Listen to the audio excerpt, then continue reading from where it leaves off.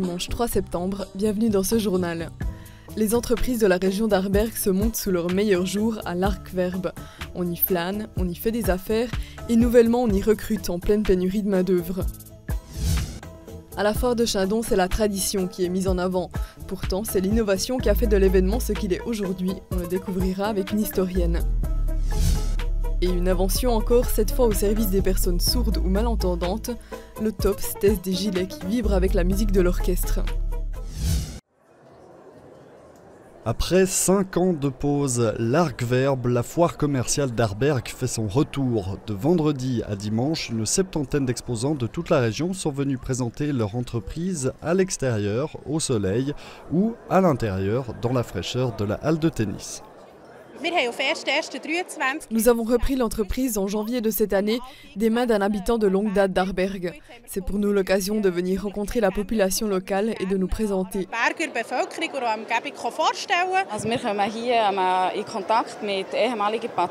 Nous venons rencontrer d'anciens patients et des patients réguliers de l'hôpital. Ça nous permet d'échanger avec eux, de recevoir un retour sur leur séjour.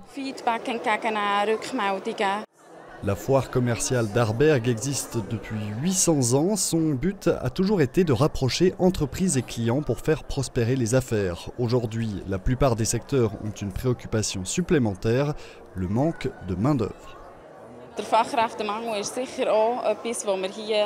Nous abordons la question du manque de personnel. Nous voulons montrer quelles options de formation continue et de développement au sein de l'hôpital nous proposons. Nous visons les jeunes, mais aussi d'anciens collaborateurs qui pourraient être intéressés à revenir travailler chez nous. Nous en avons eu beaucoup aujourd'hui.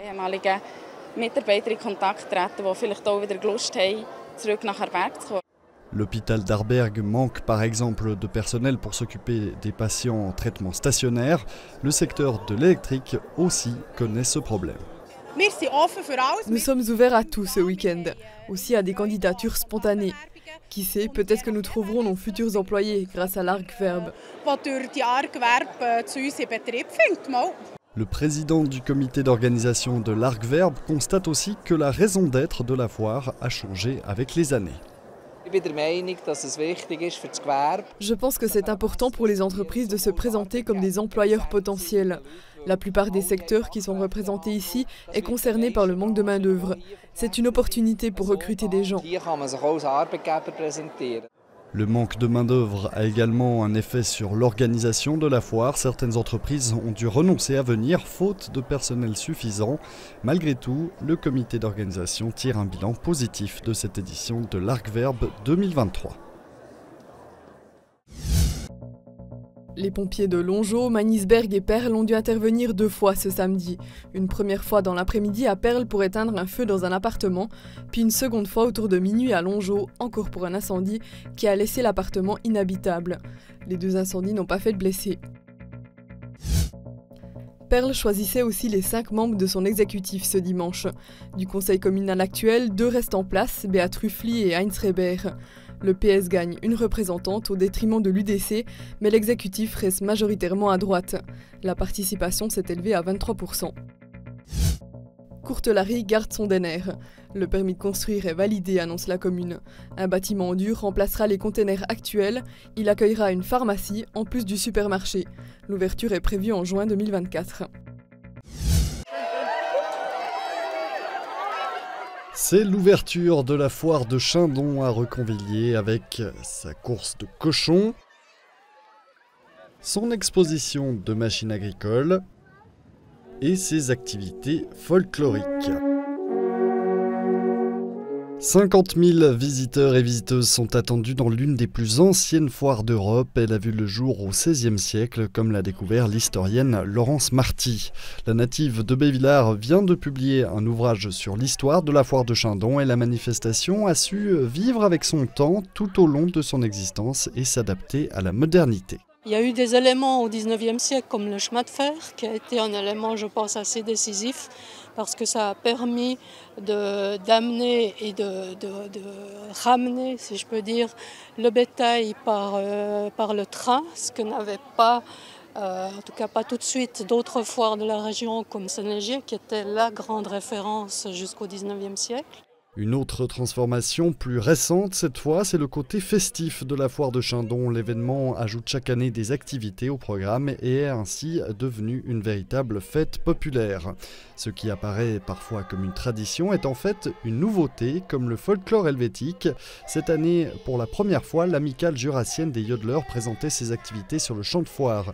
Une manière d'intéresser le public et de perpétuer ce patrimoine suisse. Ça fait partie de nos racines, c'est nous, c'est notre peuple suisse, c'est nos racines historiques. Et je pense que c'est dommage de perdre ce côté folklorique suisse. La tradition dans la modernité, innover tout en gardant un ADN rural, tel est donc le credo de la foire de Chindon. Et selon Laurence Marty, c'est bien cette innovation et ce renouvellement continuel qui font le succès de la foire de Chindon et qui expliquent la survie de l'événement plus de 400 ans après sa fondation. La tradition se réinvente toujours. C'est un fait, si on reste bloqué sur un contenu et une tradition, la fête, elle disparaît. C'est la condition de sa survie. La foire de Chindon continue donc d'attirer des visiteurs de toute la Suisse et de toutes les générations. La fête se poursuit demain encore avec notamment le marché au bétail.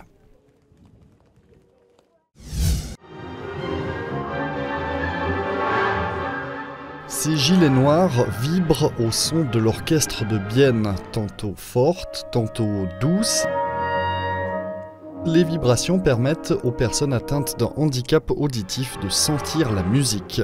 C'est le cas de Brigitte Checlet, membre du conseil d'administration de la Fédération suisse des sourds.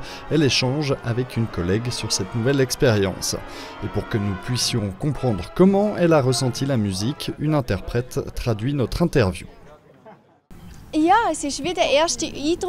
Ma première impression, c'est une foule d'informations. Il faut apprendre à ressentir ces nouvelles expériences sensorielles. C'est un nouveau défi pour moi de relier ces vibrations à ce que je vois jouer par les musiciens et musiciennes. C'est en même temps très beau de vivre et de ressentir tout ça.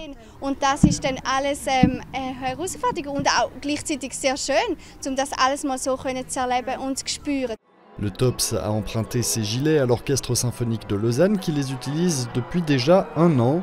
Ils amplifient le son de l'orchestre pour qu'il puisse être ressenti dans le corps entier. Le chef d'orchestre a ainsi sélectionné les morceaux du jour en conséquence.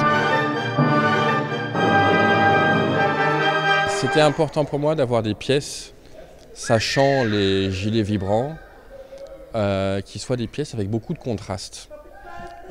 Pour être convaincu que le gilet allait pouvoir prendre, je ne sais pas comment, je n'ai pas encore moi fait l'expérience, des atmosphères et délivrer des atmosphères différentes et bien caractérisées.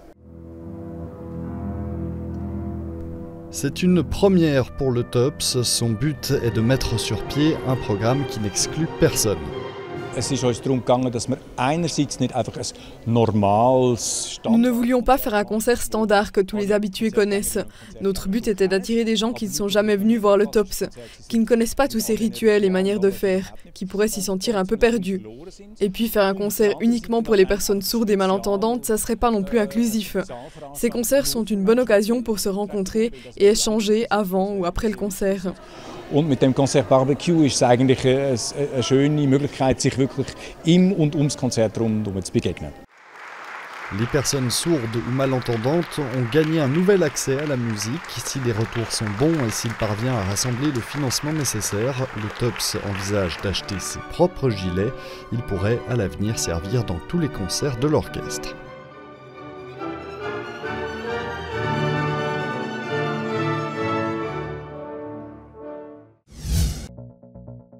Avant de vous quitter, une bonne nouvelle pour le HC Bienne, il n'a fait qu'une bouchée d'Innsbruck samedi soir en Ligue des Champions. Le prochain match attend les Zélandais vendredi en Suède. Voilà, c'en est tout pour l'info sur Télé Bilingue. Le programme continue dans un instant avec notre émission sport. Le lutteur d'Arberg, Florian Kneggi, revient sur son retour après blessure à la fête d'Unspunnen. Si vous avez encore soif d'infos régionales, rendez-vous sur ajour.ch.